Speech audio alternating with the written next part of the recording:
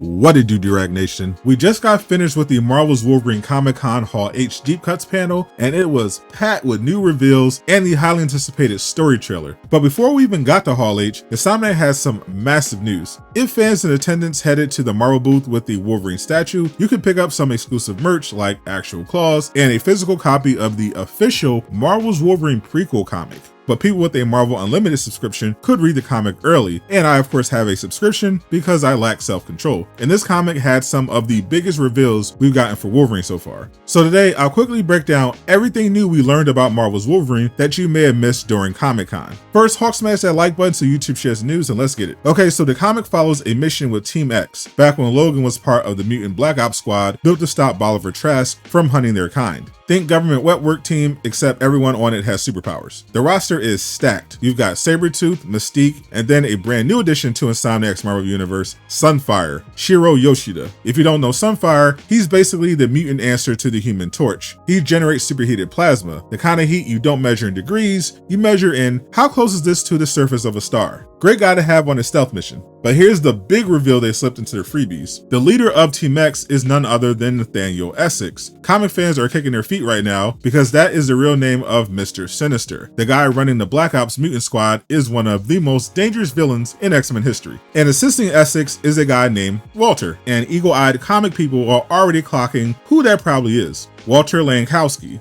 better known as Sasquatch. Walter is a brilliant scientist who ran an experiment that went sideways and turned him into a 9-foot orange Sasquatch. And if you've been keeping up since Immortal Hulk, you know he's been going by Walter Sampson these days. So slipping him into a Team X book as just Walter is a very deliberate deep cut. I think it's safe to assume Nathaniel is going to go the Dr. Octavius route at some point in this game, so by the end there might be a proper Mr. Sinister fight. Crazy they revealed all that just in the prequel comic. Insomniac kicked off the actual panel with the story trailer I predicted they would have, and it was incredible. We opened on Wolverine nearly attacking Jean Grey, who is standing there in this gorgeous green dress because something or someone is messing with his head. This will be shown throughout the trailer. Something is causing him to see things and be grumpier than normal. The trailer also leans hard into the Jean and Logan relationship. Sit in the chair, Cyclops fans. We got a lot more of these two together, including a sequence where they go undercover at the Madripoor casino, and Wolverine breaks out the Patch costume. For the uninitiated, Patch is Wolverine's master disguise, and the disguise is an eye patch. That's the whole thing. He puts on one eye patch and the entire criminal underworld of Madripoor goes, "Never seen that man before in my life." It works every time. Jean Grey fans were also eating good with this trailer. For 2 years now, the chronically online chuds have been crying about Insomniac's Jean Grey being ugly. Insomniac just handed all those culture warriors a bigger L than Christopher Nolan did with the Odyssey's opening weekend. If this is ugly, you might not be attracted to human women. So here's where the comic and the game start shaking hands. In the trailer, Nathaniel Essex appears to have been captured by Trask, and Wolverine goes on a mission to rescue him. Yes, the same Essex who's secretly Mr. Sinister. So Logan's out here risking his life to save a guy the audience knows is a ticking time bomb. I can't wait to see how this plays out in the game. We also see Jean Grey and Wolverine teaming up to rescue the captured Morlocks, the underground mutant community that Insomniac's Jean Grey is taking a leadership role in since the X-Men don't exist yet in this universe. Then we got more Lady Deathstrike, and she looks even cooler than in the Ain't No Hero trailer. She's even wielding a sword, which seems to be a deep cut reference to the electromagnetically forged katana she used before becoming a cyborg in the comics. We learn she's the leader of the Hand, and she is the reason these ninjas are hunting Wolverine in the first place. Which makes the next part interesting. The trailer shows what looks like a boss fight against Ogun, Wolverine's immortal former mentor, and in it,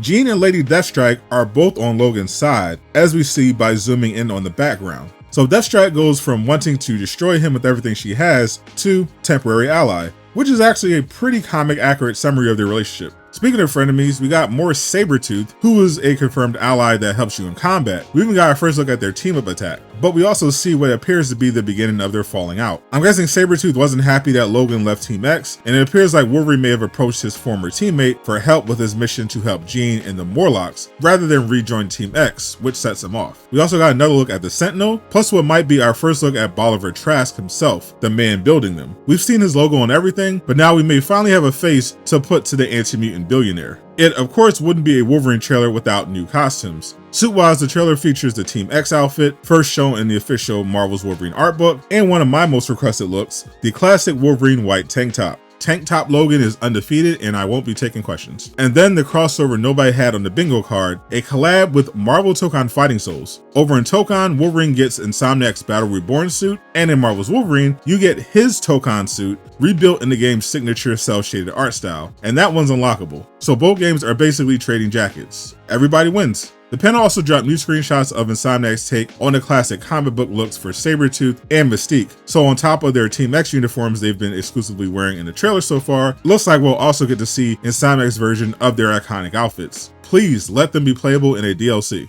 Now there was one prediction I made about this panel that didn't come true, and some people will be pretty disappointed. Coming off the last Insomniac Hall H panel for Spider-Man 2, a lot of us fully expected a custom Marvel's Wolverine PS5 bundle, the console plates, the matching controller, the whole treatment Peter got, and it didn't happen. But Insomniac has so far only confirmed that we're not getting a collector's edition. I can't imagine Sony would pass up the opportunity to sell more PS5s, especially with the latest hardware sales numbers, by not having at least a full PS5 and PS5 Pro bundle that comes with the Wolverine game along with the plates and controller. The game launches in September, so there's still a whole month left for them to reveal it. Maybe they're saving it for Gamescom. That's everything so far Wolverine dropped at Comic-Con, but that's not all the superhero game announcements we have to look forward to. There's still a bunch of upcoming superhero games you should be excited about, and I broke down all the ones coming in 2026 and beyond. Click the video on screen to learn more, and if you're watching this on a TV, check it out under my must-play superhero games playlist. And a huge shout out to everyone supporting me on Patreon. Join for free so you never miss an update.